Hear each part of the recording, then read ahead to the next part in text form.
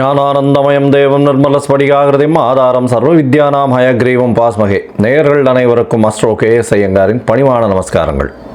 மாத பலன் குரோதி வருஷம் மாசி மாதம், அதாவது 13/2/2025 14/3/2025 வரலும் உண்டான காலகட்டத்தில் மேஷம் முதல் மீனம் வரை என்னென்ன பலன்கள் அப்படின்றத இந்த குரோதி வருஷம் மாசி மாதம் பார்க்கலாம். இப்போ இந்த மாத பலனில் முதல்ல நம்ம இந்த மாதத்தினுடைய கோள் சாரம் என்ன அப்படின்றத பார்ப்போம். இந்த மாதத்தில் வரக்கூடிய விசேஷ நாட்கள் என்ன அப்படின்றத பார்ப்போம்.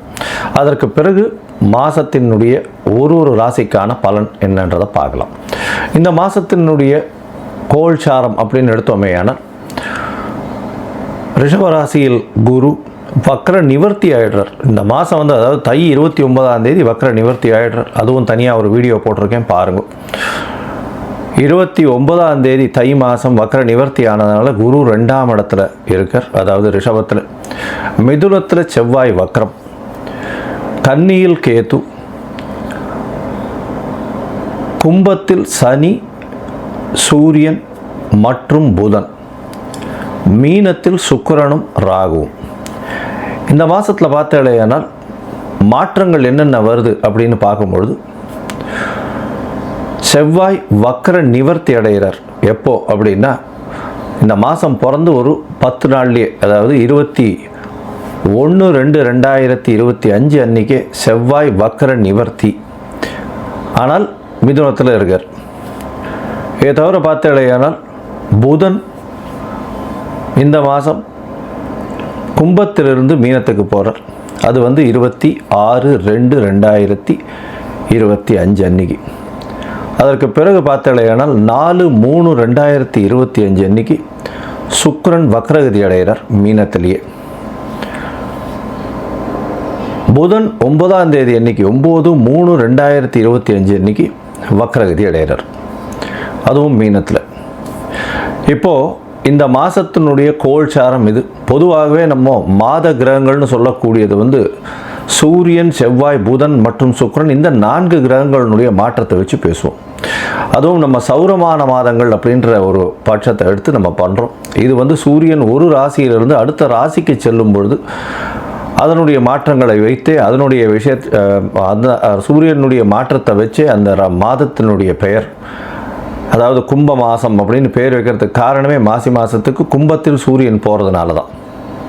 அதனால் மிச்சவாழ்லாம் பார்த்தோம்னா இது நம்ம தமிழ்நாட்டில், குஜராத்து இந்த மாதிரியான இடத்துலலாம் கடைபிடிக்கப்படுறது. மிச்சதெல்லாம் சந்திரமான மாதங்கள்ன்றதை வச்சு பண்ணுறான். சந்திரமான மாதங்கள்னு சொல்லும் பொழுது பார்த்தாலேயானால் அமாவாசைக்கு அடுத்த நாளோ பௌர்ணமிக்கு அடுத்த நாளோ உண்டான நாட்களை மாதத்தின் முதல் நாளாக கொண்டு அவர்கள் சந்திரமான மாதம் அப்படின்ற விஷயத்தை செய்கிறார். சரி, இந்த மாதத்தில் வரக்கூடிய விசேஷ நாட்கள் அப்படின்னு பார்த்தாலேயானால், அதாவது 25/2/2025 அன்றைக்கி பார்த்தோம்னா காஞ்சி விஜயேந்திர சரஸ்வதி ஜெயந்தி நடக்கிறது. காஞ்சியில் விஜயேந்திர சரஸ்வதி சுவாமிகள் அவருடைய ஜெயந்தி. 26ஆம் தேதி அன்னைக்கு 26/2/2025 அன்னைக்கு மகா சிவராத்திரி, அதாவது பிரதோஷ காலம். மகா சிவராத்திரி மிகப்பெரிய ஏற்றம். ஏன்னா பிரதோஷ காலத்தில் சேவிக்கிறது அப்படின்றது ரொம்ப விசேஷம். அதாவது 13ஆம் நாள் அமாவாசைக்கும் பௌர்ணமிக்கும் 13ஆம் நாள் பிரதோஷ காலம்னு சொல்கிறது. இப்போ வரக்கூடியது 26/2 அன்னைக்கு வரக்கூடியது உங்களுக்கு வளர்பிறை பௌர்ணமி அப்படின்றதுனால கண்டிப்பாக ஒரு நல்ல ஏற்றம் இருக்கும். அதை தவிர பார்த்தாலேனால் அன்றைக்கி மகா சிவராத்திரி அப்படின்றதுனால அந்த சிவராத்திரிக்கு அப்புறமா உங்களுக்கு பனிப்பொழிவு கூட இருக்காது. வெறும் வெளிச்சம், வெயில் தான் அதிகமாக இருக்கும். லாங் டேஸ் தான் இருக்கக்கூடிய வாய்ப்புகள் உண்டு. சூரியனுடைய ஆளுமை ரொம்பவும் அதிகமாக இருக்கக்கூடிய வாய்ப்புகள் மிகவும் அதிகம். அதனால் வெயில் அதிகமாக இருக்கக்கூடிய வாய்ப்பு நிச்சயமாக இருக்கும். இந்த மாதத்தில் பார்த்தோம்னா 28/2/2025 அன்றைக்கி மாசி அமாவாசை. அது ஒரு பெரிய விசேஷம். மாசி அமாவாசைன்றது அமாவாசைன்றது சூரியனும் சந்திரனும் சேர்ந்து இருக்கக்கூடிய ஒரே பாகையில் இருக்கக்கூடிய விஷயம். இந்த காலகட்டத்தில் சூரியனும் சந்திரனும் சேர்ந்து இருக்கும் பொழுது என்னென்ன யோகங்கள் வரும் அப்படின்றது தனியாக வீடியோ போட்டிருக்கோம், அதில் போய் பாருங்க. இன்ஃபேக்ட் அது நல்ல ஒரு விஷயங்கள். சூரியனும் சந்திரனும், அதாவது யாராவது ஒருத்தர் உச்சமோ ஆட்சியோ இருந்தால்னா நல்ல ஒரு ஏற்றம் கிடைக்கும். இல்லைன்னா சுபர்கள் வீட்டில் இருந்தால்னா நல்ல ஒரு ஏற்றம் கிடைக்கும். இந்த மாசி அமாவாசை நல்ல ஒரு ஏற்றம் கிடைக்கக்கூடிய நாள். அதற்கு பிறகு பார்த்தோம்னா 12 3/2025 அன்னைக்கு மாசி மகம், அது வந்து பௌர்ணமியை சேர்ந்து வரும். மாசி மகம் ஏன்னா சூரியனுக்கும் சந்திரனுக்கும் கிட்டத்தட்ட 180 டிகிரி, அதாவது சூரியன் கும்பத்திலையும் சந்திரன் வந்து சிம்ம ராசியிலையும் இருக்கக்கூடிய காலகட்டம். பௌர்ணமி வெளிச்சம் வந்து ஒரு பெரிய அட்வான்டேஜ் என்னென்னா, இதில் பிறந்தாள்னா ராஜா போல அவர்களுடைய வாழ்வு அமையும். ராஜாளும் இது அவர்களுக்கு கிட்டும். இதில் என்ன விசேஷம் அப்படின்னா, சூரியனுக்கும் கார்த்தாலேருந்து சாயந்தரம் வரலும் உங்களுக்கு வெளிச்சமாக இருக்கும். சந்திரனும் பௌர்ணமி சந்திரனாக இருக்கிறதுனால இரவு முழுவதும் வெளிச்சமாக இருக்கும். ஸோ ரிலேட்டிவ்லி பார்த்தோம்னா என்டையர் டே அண்ட் நைட் ரெண்டுமே ரொம்ப வெளிச்சத்தில் இருக்கக்கூடிய காலகட்டம். அதனால தான் வெளிச்சம் அதிகமாக இருக்கக்கூடிய காலங்கள், அதுவும் வந்து பௌர்ணமி காலங்கள்னும் பொழுது ரொம்பவும் ஏற்றம் இருக்கக்கூடிய வாய்ப்புகள் உண்டு. இந்த மாசி மகம், அதாவது பௌர்ணமி காலகட்டத்தில் பிறக்கக்கூடிய எல்லா குழந்தைகளுக்கும் பெரிய ஆளுமை இருக்கக்கூடிய வாய்ப்பு உண்டு. இதை பற்றியும் வந்து நிறைய சொல்லியிருக்கோம். இந்த என்னுடைய யூடியூப் சேனலில் நிறைய சொல்லியிருக்கேன். இதற்கு பிறகு பார்த்தேனால் இந்த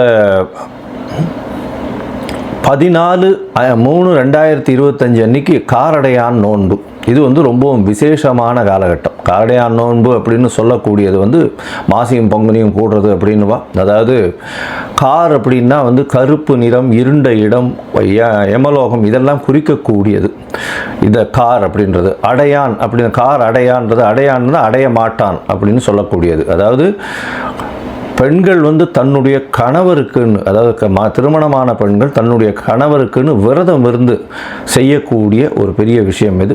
இந்த காரடையான் நோன்பு நோற்பது பெரிய விஷயம். இதன் மூலியமாக தன்னுடைய கணவருக்கு ஆயுள் விருத்தி ஏற்படக்கூடிய வாய்ப்பும், அவர்களுக்கு வந்து மாங்கல்ய பலம் அதிகரிக்கக்கூடிய வாய்ப்பும் நிச்சயமாக உண்டு.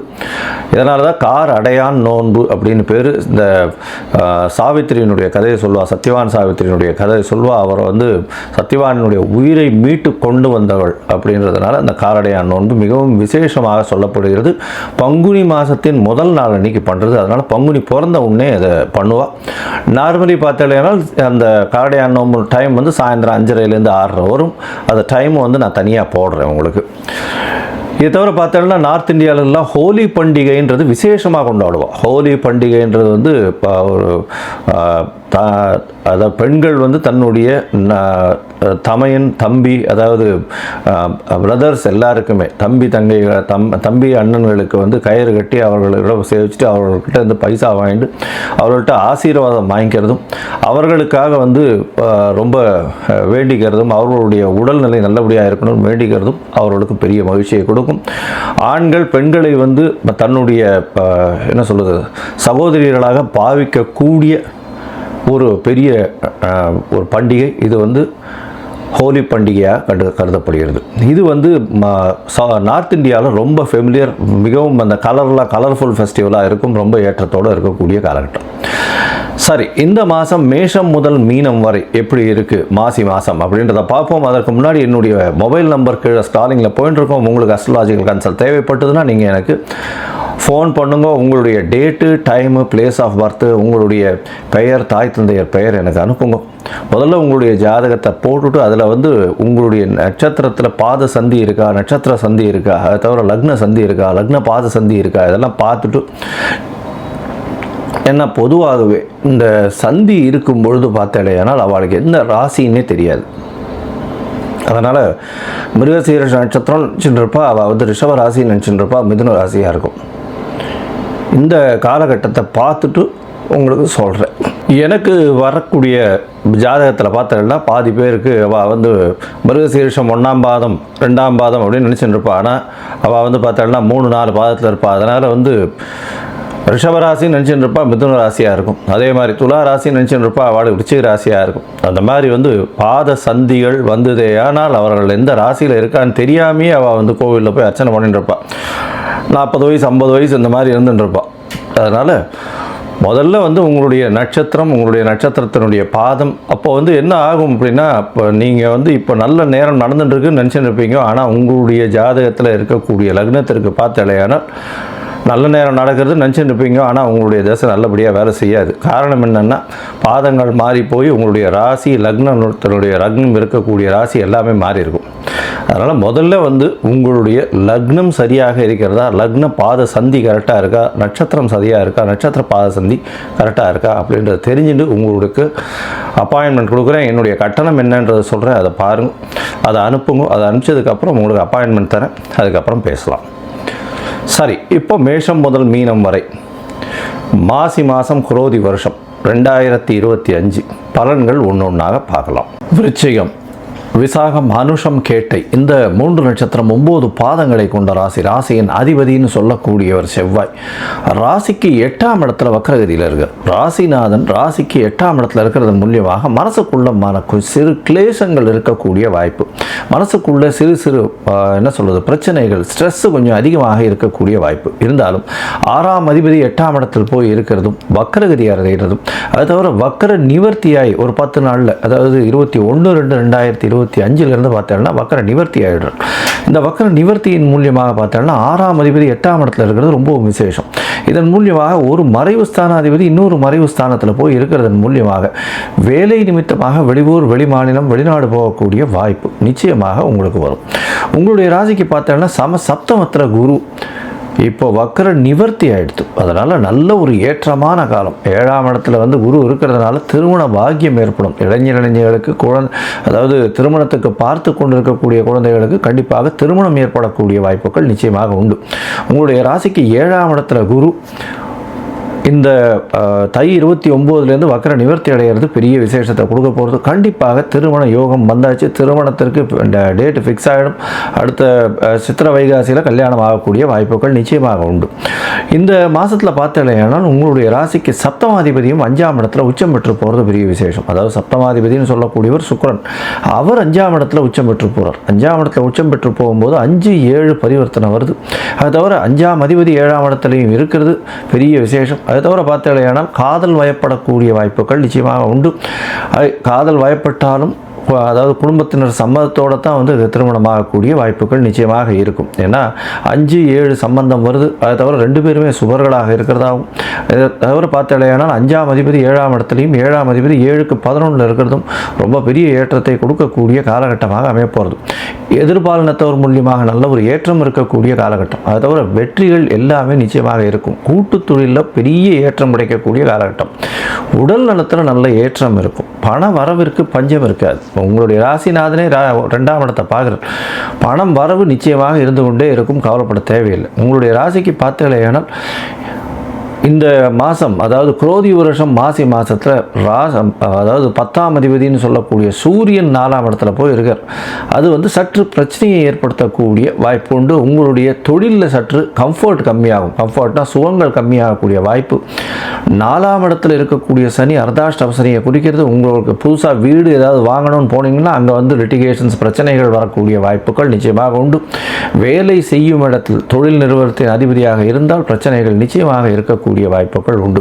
ஏன்னா 4ஆம் இடத்துல வந்து சனி பகவான் ஆட்சி பெற்று போகிறார். மூல திரிகோண வீடு வேறு. அதனால் கண்டிப்பாக உங்களுடைய சுகங்களை கண்டிப்பாக குறைக்கக்கூடிய வாய்ப்புகள் நிச்சயமாக உண்டு. ராசிக்கு 8ஆம் அதிபதியும் சேர்ந்து 4ஆம் இடத்துல போய் இருக்கிறது அந்த அளவு விசேஷத்தை கொடுக்காது.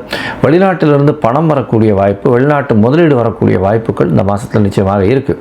ராசிக்கு பார்த்தலையானால் பொதுவாகவே இந்த மாச கிரகங்கள்னு சொல்லக்கூடிய சூரியன், செவ்வாய், புதன் மற்றும் சுக்கிரன் இந்த 4 கிரகங்களுடைய மாற்றங்களை வச்சு தான் வந்து இந்த மாத பலன்களை பேசுவோம். இந்த மாதத்தில் விருச்சிக ராசிக்காரர்களை பொறுத்தவரைக்கும் பார்த்தலையானால் அதாவது புதன் 4ஆம் இடத்திலிருந்து 5ஆம் இடம் போகிறார். அதனால் படிப்புக்காக வந்து வெளியூர், வெளிமாநிலம் போகக்கூடிய பாக்கியம் வரும்.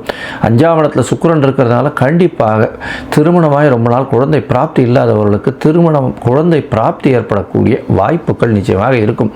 உங்களுடைய ராசிக்கு முயற்சிகள் எல்லாமே வெற்றி பெறக்கூடிய காலகட்டமாக அமைய போகிறது. இந்த காலகட்டத்தில் பார்த்தலையானால் உங்களுடைய ராசிக்கு 9ஆம் அதிபதி, அதாவது 8ஆம் அதிபதினு சொல்லக்கூடிய புதனும் வந்து 5ஆம் இடத்துல போகிறார். அதனால் வெளிநாடு போய் படிக்கணும்னு பார்த்துட்டு இருக்கக்கூடிய குழந்தைகளுக்கு நல்ல ஒரு ஏற்றம் கிடைக்கக்கூடிய காலகட்டமாக அமையும். உங்களுடைய ராசிக்கு பார்த்தீங்கன்னா தொழில் செய்பவர்களுக்கு சற்று தொழிலில் வந்து நல்ல அபிவிருத்தி இருந்தாலும் பிரச்சனைகள் சற்று வரக்கூடிய வாய்ப்புகள் உண்டு. அதுவும் அரசாங்கம் சம்பந்தமாக பிரச்சனைகள் கொஞ்சம் அதிகமாகவே இருக்கக்கூடிய காலகட்டமாக அமையும். ஏன்னா சூரியனும் சனியும் சேர்ந்து இருக்கக்கூடிய காலகட்டத்தில் நிச்சயமாக அரசாங்கத்தின் மூலியமாக சிறு சிறு பிரச்சனைகள், அதுவும் வந்து இந்த இது மண், ரியல் எஸ்டேட்டு இந்த மாதிரியான வியாபாரம் பண்ணுறவங்க, அதை தவிர வந்து எண்ணெய், அதை தவிர இரும்பு சம்பந்தம், ஸ்டெயின்லெஸ் ஸ்டீல் சம்பந்தம், 2 வீலர் 4 வீலர் இந்த இதுவெல்லாம் பண்ணுறவங்க, வியாபாரம் பண்ணுறவங்க, இவங்களுக்கெல்லாம் நிச்சயமாக சிறு சிறு பிரச்சனைகள் வரும். அதை தவிர வந்து சமையல்கலை வல்லுநர்கள், அதை தவிர மருத்துவர்கள், அதை தவிர இந்த இரத்த சேமிப்பு வங்கி வச்சுருக்கிறவங்க, அவங்களுக்கெல்லாம் பெரிய ஏற்றம். அதை தவிர மருத்துவ உபகரணங்கள் வியாபாரம் பண்ணுறவங்க, இவங்களுக்கெல்லாம் பெரிய ஏற்றங்கள் கிடைக்கக்கூடிய காலகட்டமாக அமைப்போகிறது. இந்த மாதத்தில் உங்களுடைய முயற்சிகள் எல்லாமே வெற்றி பெறும்னு சொன்னோம். இருந்தாலும் சில நாட்கள் உங்களுடைய முயற்சியை தள்ளி வைக்கிறது நல்லது. அந்த சில நாட்கள் என்ன அப்படின்னா சந்திராஷ்டம நாட்கள். இந்த சந்திராஷ்டம நாட்களில் புதிதான எந்த ஒரு முயற்சியும் வேண்டாம், வெளியூர் வெளிமாநில பிரயாணம் வேண்டாம்னு சொல்கிறோம். ஒருவேளை செய்ய வேண்டிய கட்டாயம் இருந்ததே ஆனால் சந்திர பகவானுக்கு உண்டான எளிய பரிகாரத்தை செஞ்சுட்டு பண்ணுறது ரொம்பவும் நல்லது. இந்த மாதத்தில் உங்களுக்கு சந்திராஷ்டம நாட்கள்னு சொல்லணும்னா 7ஆம் தேதியிலிருந்து 7/3/2025 9/3/2025 வரலும் இருக்கக்கூடிய காலகட்டம் சந்திராஷ்டம நாட்கள். இந்த சந்திராஷ்டம நாட்களில் வெளியூர் வெளிமாநில பிரயாணம் வேண்டாம், புதிய முயற்சி வேண்டாம். அதை தவிர வந்து யாருக்கும் ஜாமீன் கையெழுத்து போடாதீங்க, பொறுமையாக இருங்க. இந்த நேரத்தில் வந்து யார் எந்த ஒரு பிரச்சனையிலையும் தலையை விடாதீங்க, மூக்க நுழைக்காதீங்க, உங்களுக்கு அது பிரச்சனையாக கொண்டு போய் முடிக்கும். இந்த மாதத்தில் பார்த்தீங்கன்னா உங்களுடைய ராசிக்கு அதாவது அம்மான்னு சொல்லக்கூடிய, அதாவது தாயின் சகோதரர்களோட சிறு சிறு பிரச்சனைகள் வரக்கூடிய வாய்ப்பு உண்டு. தந்தை மூலியமாக பிரச்சனைகள் வரக்கூடிய வாய்ப்பு உண்டு. இந்த காலகட்டத்தில் கொஞ்சம் பொறுமையாக இருக்கிறது ரொம்பவும் நல்லது. சரி, மொத்தத்தில் பார்த்தீங்கன்னா இந்த விருச்சிக ராசிக்காரர்களுக்கு இந்த மாதம் அருகில் இருக்கக்கூடிய இந்த மாங்காடு அம்மன் கோவிலுக்கு போயிட்டு வர்றது மாசி மாதத்தில் இது ஒரு பெரிய ஏற்றத்தை கொடுக்கும். அதை தவிர வந்து திருவேற்காட்டு கருமாரி அம்மன் கோவிலுக்கு போயிட்டு வர்றதும் நல்ல ஒரு மாற்றத்தையும் ஏற்றத்தையும் நிச்சயமாக உங்களுடைய வாழ்வில் கொடுக்கும். இந்த மாதம் மொத்தத்தில் பார்த்தீங்கன்னா மாசி மாதத்தில் விருச்சிக ராசிக்காரர்களுக்கு உடல் நலத்தில் ஏற்றம், திருமண பாக்கியம் உண்டு, வெளியூர் வெளிமாநில பிரயாணம் போகக்கூடிய வாய்ப்பு, காதல் ஏற்படக்கூடிய வாய்ப்பு, இருப்பினும் பெற்றோர்கள் மூலியமாகவே திருமணமாகக்கூடிய வாய்ப்பு, முயற்சிகள் வெற்றி பெறும், உடல் நலத்தில் நல்ல ஒரு ஏற்றம் இருக்கக்கூடிய காலகட்டம், உங்களுடைய கம்ஃபர்ட் சுகங்கள் குறையக்கூடிய வாய்ப்பு, தொழிலில் வந்து சற்று பின்னடைவு இருக்கும், தொழிலாளர்கள் மூலியமாக சற்று பிரச்சனைகள் வரக்கூடிய வாய்ப்பு, அரசாங்கத்தின் மூலியமாக சற்று பின்னடைவு ஏற்படக்கூடிய வாய்ப்பு, தொழிலில் லாபங்கள் ஏற்றங்கள் இருக்கக்கூடிய வாய்ப்பு, பணவரவிற்கு பஞ்சம் இருக்காது, சித்தர்கள் யோகிகள் பீடத்திற்கு போயிட்டு வரக்கூடிய காலகட்டமாக அமைய போகிறது. உங்களுடைய ராசிக்கு புதிய பதவி புகழ் அந்தஸ்து கௌரவம் வரக்கூடிய வாய்ப்பு உண்டு. குழந்தைகளால் நல்ல ஒரு பேர் வரக்கூடிய பெரிய ஏற்றம் வரக்கூடிய காலகட்டம். இருந்தாலும் தந்தையின் உடல்நிலையில் சற்று பின்னடைவு ஏற்படும், தாயின் உடல்நிலையில் சற்று பின்னடைவு ஏற்படும். இந்த காலகட்டத்தில் யாருக்கும் ஜாமீன் கையெழுத்து போட வேண்டாம், பொறுமையாக இருக்கிறது ரொம்பவும் நல்லது அப்படின்னு சொல்கிறேன்.